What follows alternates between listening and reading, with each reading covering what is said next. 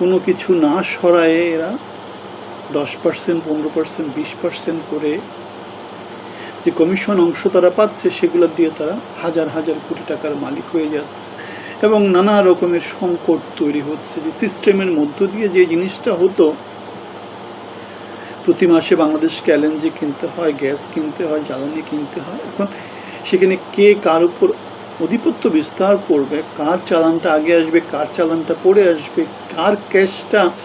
আগে আগে পকেটে ঢুকবে, সেগুলোর সংঘাতের জন্য, কমিশন বাণিজ্যের জন্য, সিন্ডিকেট বাণিজ্যের জন্য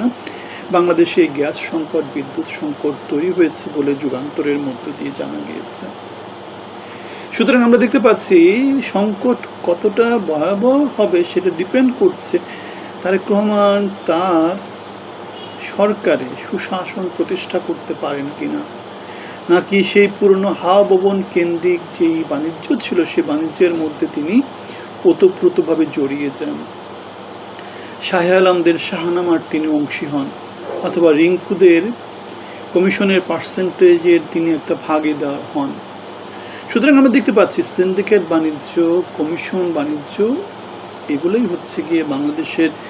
দুর্নীতি, হচ্ছে বাংলাদেশের সংকটগুলোর মূল কারণ।